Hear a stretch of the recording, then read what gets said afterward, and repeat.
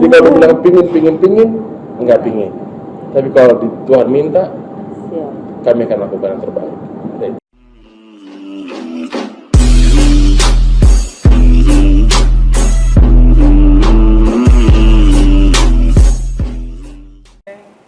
Oke. Suatu kebanggaan bagi secangkir teh Miss Diana karena hari ini kami kedatangan tamu seorang putra asli Rote yang sudah sukses di Jakarta. Tetapi karena pelayanan, beliau bersama keluarga, istri tercinta memilih untuk kembali ke Nusa Tenggara Timur. Baik, selamat sore Bapak Viko dan Ibu. Terima kasih sudah bersedia hadir dalam secangkir teh Miss Diana. Sebagaimana yang sudah kita sampaikan sebelumnya kepada Bapak Viko dan Ibu, bahwa channel YouTube ini pada dasarnya untuk memotivasi kaum muda khususnya milenial di Nusa Tenggara Timur.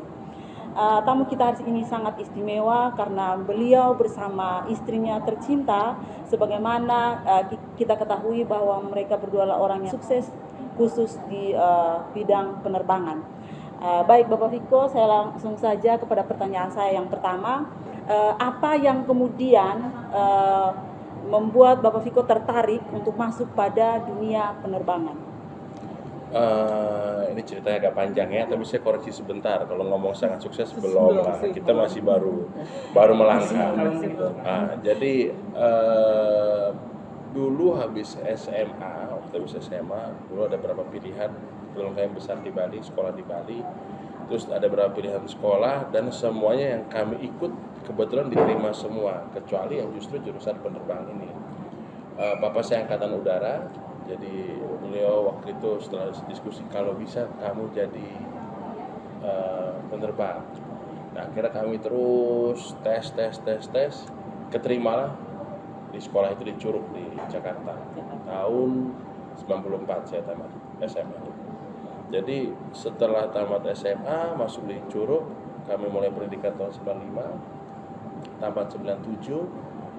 Nah waktu itu yang kami tahu masa muda itu ya, lulus akademi kami langsung diterima di perusahaan penerbangan, punya gaji besar, punya hidup yang ya agak gemerlap kalau kata nasihat. Ternyata yang ada nggak jadi, karena memang ya kalau kita lihat sekarang itu mungkin jalanan Tuhan, tapi waktu itu pernah terjadi krisis, kalau masih ingat tahun 97, krisis moneter itu di Asia dan Indonesia berdampak parah. Waktu itu kami ingat diterima di salah satu instansi penerbangan punya pemerintah. Tapi karena krisis dan dolar terus naik, kami dapatlah surat itu. Nanti tunggu sampai pemerintahan lebih lanjut untuk pendidikannya. Ya sudah, ternyata bukan bulan, tapi tahun kami tunggu itu. Nah dalam perjalanan nunggu itu, kami anak rantau di Jakarta, sama teman-teman, bingung juga mau ngapain, mau nyusahin orang tua juga nggak mungkin. Waktu itu bapak udah meninggal waktu saya di Taruna. Akhirnya udah kita usaha apa yang ada bisa kita lakuin. Mulai dari buka laundry, mulai dari jualan pete, tahu pete kan? Di NTT kurang populer, di Jawa populer. Terus jualan ubi Cilembu, dibungkusin masukin plastik taruh di mall, macam-macam. Pokoknya orang Jakarta bilang palu gak ada, apa yang lu mau, gua ada gitu. Jadi apa aja dikerjain gitu. Ya udah untuk nyambung hidup karena kita nggak mau nyusahin orang tua. Ya sudah, singkat cerita, akhirnya waktu saya janji sama diri sendiri, suatu hari kalau ada orang ngasih pekerjaan di penerbangan, saya akan maksimalkan kerja dengan benar gitu. Nah singkat cerita, dalam 2-3 tahun nunggu, ada satu pekerjaan jadi ground handling. Ground handling itu ngurusin pesawat tapi di bandara, jadi bukan jadi pilot, jadi ground handling.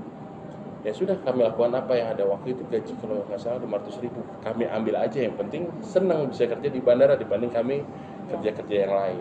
Kembali lagi ke background kami. Dari situ udah mulai lama-lama ada dunia penerbangan udah mulai pulih. Nah masuklah kami ke dunia penerbangan. Itu pun nggak langsung juga jadi pilot, karena dulu pilot senior kan banyak yang nganggur waktu itu. Jadi kami urut kacang di belakang gitu. Jadi ngurusin semuanya. Jadi staf administrasi, jadi bawa barang, jadi bikin manifest, bikin semua. Pokoknya kami lakuin. Kebetulan dulu perusahaannya baru, milik ya konglomerat di Jakarta, kami ikut beliau. Sudah sampai selesai, akhirnya kami ditempatkan di pesawat, ada pilihan waktu itu, ditempatkan di pesawat kecil, tapi ada juga perusahaan penerbangan nasional waktu itu, ada juga baru, kami dapat kesempatan di situ. Nah, dalam perjalanan berdoa berpikir kalau di perusahaan airlines itu pesawat jet besar dan saya nggak ngerti kehidupannya kayak apa. Tapi kalau di pesawat kecil, saya ngebayangin suatu hari saya bisa usaha ini lebih mudah. Dengan posisi kita nggak punya modal, bukan anak siapa-siapa, mungkin lebih bisa dicapai atau diraih kalau kita di perusahaan penerbangan yang kecil ini. Berdoa, yang kecil inilah yang mulai duluan. Padahal hari yang sama, kalau nggak salah saya lupa tanggal, cuma hari Rabu. Mau hari itu simulator pesawat besar atau dikirim ke Balikpapan untuk pesawat kecil. Akhirnya kami terusin di pesawat kecil ini, dan dari situ akhirnya sampai usaha sendiri. Panjang ceritanya, nggak mungkin ini 15 menit, 30 menit nggak mungkin. Wah, hebat sekali Bapak Viko. Saya pikir ini cerita sejarah hidup yang panjang dan menghantar sampai kesuksesan. Kalau bicara tentang dunia perbenaran, tadi Bapak cerita tentang administrasi saja paham ya. Dan kemudian ini membulatkan tekad Bapak untuk kemudian sampai pada titik ini memiliki maskapai penerbangan sendiri ya, kalau yang saya dengar. Sebenarnya sih nggak sendiri, ada partnernya. Ada partner ya. Mungkin bisa diceritakan sedikit di secangkir teh Miss Diana bagaimana kemudian sampai kemudian memiliki walaupun mungkin ya berpartner ataupun beraliansi dengan teman atau yang lain, tetapi kemudian semua orang NTT tahu bahwa ketika bicara tentang siapa orang pertama NTT yang kemudian memiliki maskapai penerbangan, ya mau tidak mau kita harus angkat topi pada Bapak Viko. Mungkin sebelum saya ada, cuma kita nggak kenal. Tapi yang masuk Nusa kan juga punya orang NTT kalau nggak salah. Akhir ceritanya itu setelah saya jadi pilot tadi, sempat kami bikin perusahaan charter. Perusahaan jadi kayak charter itu pesawatnya orang, kami charter, kami sewakan lagi kayak begitu. Dan itu berjalan hampir 2 tahun, 3 tahun sampai berkembang terus. Akhirnya kami bikinlah perusahaan penerbangan sendiri. Itu register company-nya tahun 2008, kami punya perusahaannya. Terus punya izin sendirinya untuk license penerbangan tahun 2012 akhir. Ya, 2012 akhir. Begitu. Ya. Baik, Bapak Viko, saya tertarik ya tadi penjelasannya menarik ketika kita bicara tentang sempat charter pesawatnya orang kemudian disewakan lagi. Saya pikir itu bisnis yang besar ya. Sepemahaman selagi masih ada niat keinginan untuk berusaha, mungkin tadi seperti Bapak Viko bilang, saya salut ya, sudah sukses tapi rendah hati. Nah, ini yang saya suka. Saya pikir banyak orang harus melihat ini dan tahu bahwa kerendahan hati itu ada pada diri Bapak Viko.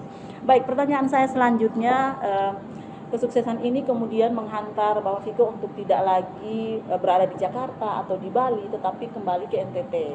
Nah, mungkin kembali ke NTT ini juga ingin membangun NTT dari sisi penerbangan ya. Sebagaimana kita hitung, kalau mau dibilang tadi saya bilang belum ada, tetapi tadi Bapak Viko bilang ada beberapa. Nah, kira-kira tips dan trik dari Bapak Viko sendiri untuk anak-anak muda, khususnya kaum milenial yang ingin masuk pada dunia penerbangan atau ingin masuk pada dunia usaha khususnya agar bisa menjadi sukses. Saya pikir lebih mudah kita sharing di dunia usaha aja ya. Karena dunia penerbangan dia terlalu spesifik dan peluangnya pasti lebih kecil lagi dibanding dunia usaha. Saya ingat dulu waktu saya masih katakanlah kita ngerentalin pesawat orang itu, baru terbang perdana kami di Papua. Jadi kami bawa pesawat dari Kalimantan, kami sewakan lagi ke pencharter di Papua. Kalau ini saya ingat tanggalnya 22 September 2007. Jadi kami sewakan, kami dibawa pendeta dari Balikpapan sama partner sama teman-teman. Udah kami naik ke namanya Bovendigul, Tanah Merah. Sampai sana itu hari Sabtu. Nah, rencana kami itu nanti hari Seninnya kami mau doa bersama dengan bupati setempat, mau untuk pembukaan perdana terbang di daerah itu.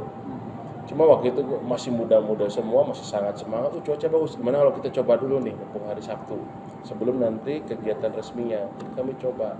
Tapi satu hal, waktu kami coba semuanya oke, pas pulangnya pesawatnya sedikit insiden, nabrak alat berat yang diparkir di pinggir runway. Waktu itu dia lagi benerin runway-nya. Nah, pilotnya juga landing di situ, sayapnya kena, ya udah. Jadinya saya ingat waktu itu umur segitu kita udah utang jadi banyak banget karena bisnisnya gagal kan. Nah, itu pelajaran yang sangat berarti buat saya dan sampai hari ini saya nggak pernah lupa. Dan pelajaran yang paling saya ingat sampai hari ini kalau bikin acara apa-apa, kalau bikin penerbangan perdana, kami panggil dulu hamba Tuhan untuk berdoa. Jadi ya dahulukan Tuhan itu, Tuhan ngasih pelajaran itu luar biasa. Itu pesawat sampai bengkok sayapnya, robek-robek. Wah, saya pikir itu stres banget waktu itu. Lari saya ngejar bandar pesawat itu yang masih muter-muter. Tapi untungnya sih nggak ada korban, ya, pesawatnya rusak. Tapi itu luar biasa, korban uang akhirnya. Masalah hanya kecelakaan walaupun kelihatannya kecil, minor insiden, tapi efeknya major, luar biasa besar buat kami di saat itu. Apalagi baru mulai usaha. Hari pertama usaha bukannya untung, buntung kita pergi bandar hancur-hancuran gitu. Jadi mendingan kalau sekarang dari semenjak itu udah mending kita tunda 1-2 hari, kita doa dulu. Itu lebih bagus. Aduh, luar biasa. Saya terinspirasi juga secara pribadi. Benar Bapak bahwa kita harus mendahulukan Tuhan. Saya sepakat. Satu pelajaran penting hari ini bahwa untuk kaum milenial, ingat ketika mau memulai usaha atau apapun itu dahulukan Tuhan. Saya ingin bertanya ke Ibu dulu. Ibu, sejauh ini ketika mendampingi Bapak dalam pekerjaan dan juga sudah stay di berbagai tempat, ketika kembali ke NTT khususnya di Kupang Rote, hal atau sumber daya alam apa yang kemudian menurut Ibu bisa mendongkrak pariwisata atau apa di Nusa Tenggara Timur ini? Kalau saya pribadi memang senang adventure ya, jadi mau di mana aja pasti enjoy, dimanapun ada suami pasti saya ikut. Asik. Okay. Jadi kalau saya itu selalu tertarik dengan hal-hal yang baru, tempat-tempat yang baru, khususnya kalau di NTT. Di NTT ini salah satu-satunya saya rasa ya provinsi yang unik. Kenapa? Kalau misalkan kita lihat di provinsi yang lain di Indonesia, misalkan di Jawa atau di mana gitu ya, satu provinsi itu ya mungkin bedanya itu cuma dikit-dikit aja, tapi kalau di NTT enggak, sangat-sangat beda banget, sangat-sangat beragam banget. Itu secara adatnya, secara budayanya. Terus kalau masalah alamnya jelas sangat beda ya, karakternya ada yang dari pantai sampai gunung sampai laut semua ada. Terus juga secara orangnya juga beda-beda. Tapi yang pasti mau sumber daya alamnya, mau sumber daya manusianya, itu bikin saya makin jatuh cinta sama NTT dan makin betah jujur ya. Gitu, banyak banget. Kalau misalkan diomongin sih semua banget, dan memang harus lebih getol lagi, lebih maksimal lagi sih. Baik Ibu, saya senang tadi Ibu bilang bahwa ketika di NTT semakin betah, dari laut sampai gunung semuanya kemudian berpotensi untuk bisa dikembangkan menjadi tempat wisata. Nah Ibu, bersama Ibu mendampingi Bapak sejauh ini, kemudian yang saya dengar juga akan mendirikan sekolah penerbangan atau apa. Menurut Ibu bagaimana kalau melihat potensi anak muda? Apakah kemudian kita juga bisa melahirkan pilot-pilot hebat seperti Bapak atau bagaimana? Pandangan umum saja Bu. Sebenarnya gini, kalau menurut saya secara umum aja, ini kalau masalah sekolah ya terserah suami saya pasti support 100% apapun itu ya. Tapi secara umum aja mungkin kalau orang di luar ngeliat pilot itu keren, uangnya banyak ya kan, terus seragamnya pokoknya udah seragamnya keren banget lah. Tapi di balik itu semua resikonya juga besar, banyak hal. Ya itu tadi kalau orang rata-rata banyak juga ya orang yang takut terbang gitu kan. Nah, sangat setuju dengan apa yang dibilang suami saya. Emang sebenarnya kalau jadi pilot itu nggak gampang karena emang semakin bergantung sama Tuhan harusnya, karena kan kita nggak tahu ya, nggak cuma pilot aja sih, semua bidang pekerjaan. Cuma kayaknya kok rasa-rasanya pilot salah satu pekerjaan yang resikonya ya lumayan besar ya dibandingin yang lainnya. Iya, baik. Terima kasih Ibu. Benar ya bahwa sebagaimana saya lihat dari Bapak dan Ibu berdua sangat rendah hati dan kemudian ini menjadi motivator terbesar bagi semua kaum milenial. Saya senang Ibu. Saya lanjutkan pertanyaan tadi ke Ibu, sekarang ke Bapak lagi. Bapak tadi saya sempat singgung dengan Ibu terkait rute penerbangan.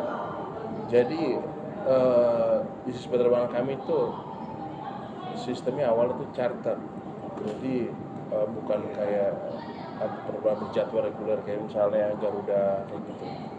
Charter, jadi siapa yang mau pakai ya dia yang bayar baru kami terbang. Nah tapi dalam perjalanan kami juga melayani untuk NKRI, yaitu bagian dari kami pelayanan terhadap negara juga dan masyarakat. Kami mulai di Papua, pernah di Ambon, di Maluku Utara, pernah di Kalimantan, itu untuk penerbangan subsidi.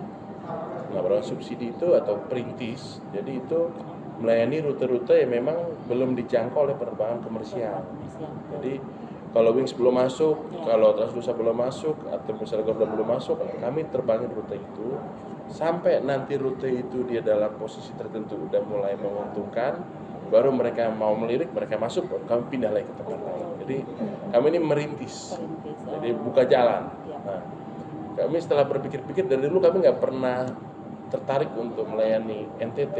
Jujurnya karena di Papua lebih bagus harganya, penumpang lebih bagus, kargo lebih bagus. Jujurnya begitu. Tapi nggak tahu kenapa kira-kira dari 2018 saat kita tiba-tiba anak-anak rote di Jakarta kumpul, terus dari situ kumpul pingin bikin kumpul-kumpulan yang lebih resmi, nggak tahu kenapa mereka nunjuk saya jadi ketuanya. Mereka minta, waktu itu juga saya nolak gitu. Saya pikir-pikir masa saya jadi ketua preman-preman yang tato semua. Tahu kan orang NTT di Jakarta kan rata-rata kerjanya ada yang atas memang, tapi ada yang low juga. Tapi saya pikir-pikir juga, saya lagi pikir-pikir, saya ingat istri saya waktu itu ngomong. Istri saya ngomong, Papa nanti Bapak diminta jadi ketua sesuatu, Bapak harus terima karena itu pelayanan. Dalam doanya istri saya dapat message itu. Jadi waktu saya lagi nolak, jadi teman-teman ada si A, si B, si C, itu si ke saya nggak mau, saya sibuk waktu itu. Tapi akhirnya terngiang-ngiang bahasa itu, Papa terima itu ketua karena itu pelayanan. Nah, waktu dia ngomong 2 minggu sebelumnya, saya pikir ini ketua organisasi pilot atau ketua organisasi untuk bisnis penerbangan atau ketua organisasi lainnya. Saya nggak nyangka waktu itu masa ketua anak-anak rote di Jakarta.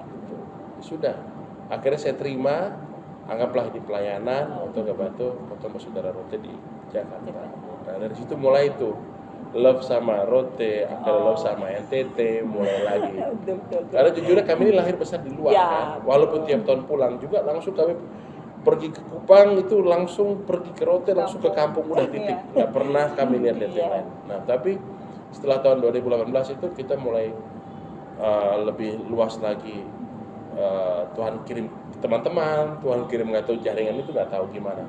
Dan pas 2 tahun lalu, pas hari ini 2 tahun lalu karena Facebook mengingatin. Oh iya benar. Itu sebelumnya istri juga agak ragu-ragu gitu loh. Artinya ngapain sih kita ke NTT, ke rote itu ngapain sih? Kita kan di Jakarta segala macam. Tapi pas 2 tahun lalu hari Minggu ibadah dia dapat penguatan dari hamba Tuhan yang hari itu khotbah. Dan hari itu dia nyerah. Ya sudah, kita serahin nama Tuhan dan persis kira-kira tanggal 2 Maret 2019 itu kami bikin ibadah syukur buat masyarakat rote di Jakarta sebagai ketua perkumpulan Roti Bersatu waktu itu.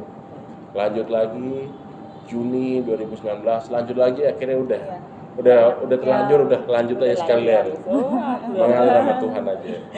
Iya, luar biasa Bapak dan Ibu. Saya pikir ini suatu ketetapan hati untuk melayani masyarakat, bukan hanya rote saja Bapak, tapi Nusa Tenggara Timur. Patut berbangga Bapak, karena kebanyakan kalau orang sudah di zona nyaman, walaupun butuh dukungan banyak dulu baru dia mau keluar dari zona nyaman itu.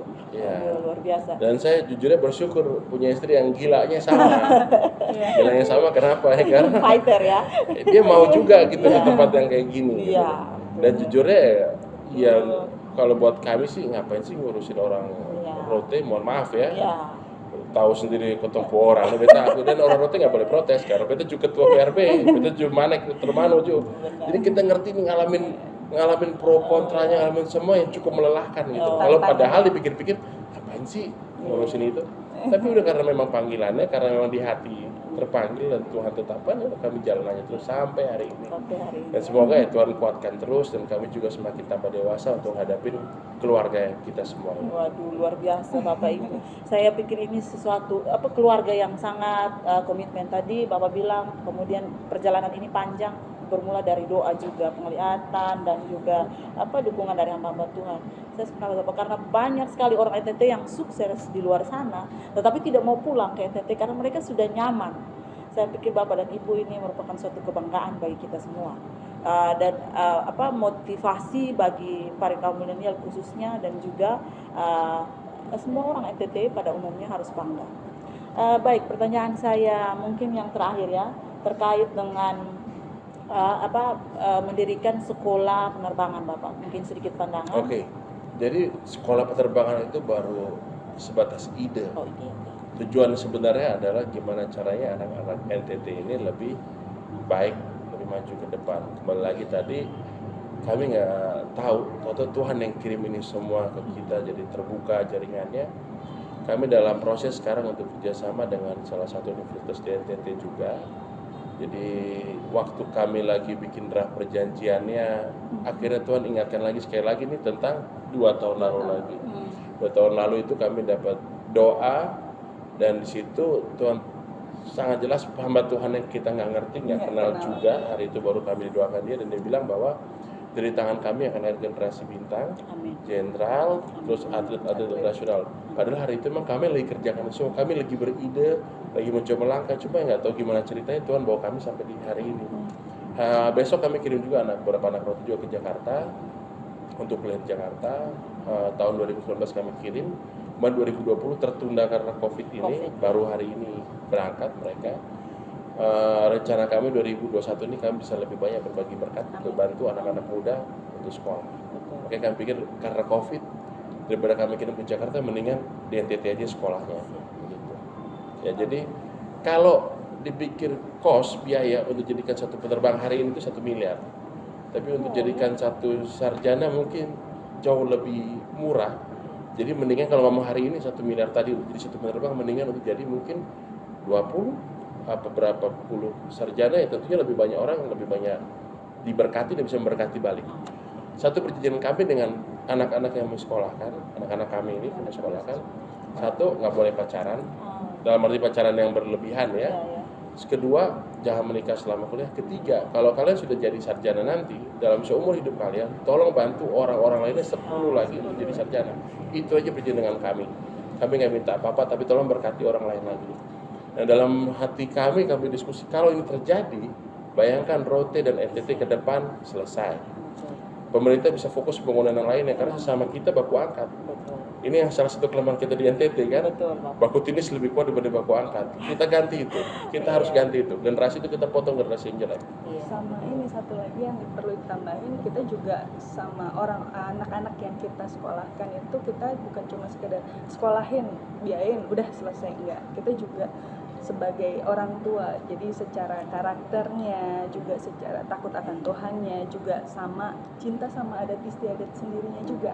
Jadi anak muda itu tetap bisa keren, tetap bisa hebat, tetap bisa gaul kok dengan nggak ngelepasin semua identitas aslinya mereka. Gitu sih. Kebanyakan ketemu orang dari kampung kaget-kaget di kota sudah mau lihat kampung lah ya kan. Udah lupa bahasa daerahnya kan. Coba logat, kalau pulang belogat. Aduh, betul sekali Bapak Ibu. Aduh, luar biasa ya. Tamu kita hari ini sangat luar biasa. Ibu, pertanyaan agak sedikit seksi terkait dengan keberlangsungan pembangunan di Kabupaten Rotendao ataupun di Nusa Tenggara Timur. Karena Bapak dan Ibu sudah terjun, saya pikir tidak menutup kemungkinan kemudian menjadi seorang pemimpin. Apakah kemudian di benak Bapak Ibu mungkin suatu saat akan terjun di dunia perpolitikan atau bagaimana? Kami minta pendapatnya. Jadi satu agak seksi, kalau menurut saya ini bahaya juga di jawaban. Tapi saya jawab sederhana aja. Ya.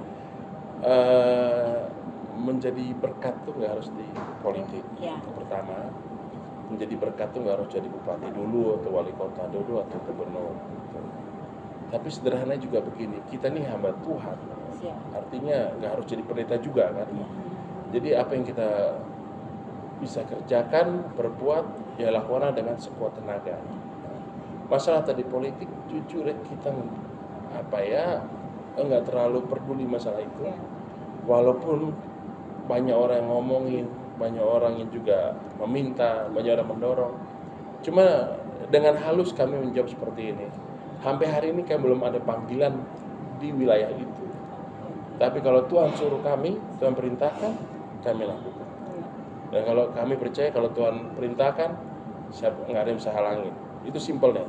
Itu iman percaya kami. Tapi kalau Tuhan nggak nyuruh, kami juga nggak bisa maksa-maksa diri ke situ kan. Sederhananya begitu. Jadi kalau dibilang pingin, nggak pingin. Tapi kalau Tuhan minta, kami akan lakukan yang terbaik. Itu aja. Baik Bapak, terima kasih Ibu. Aduh, luar biasa sekali jawabannya Bapak.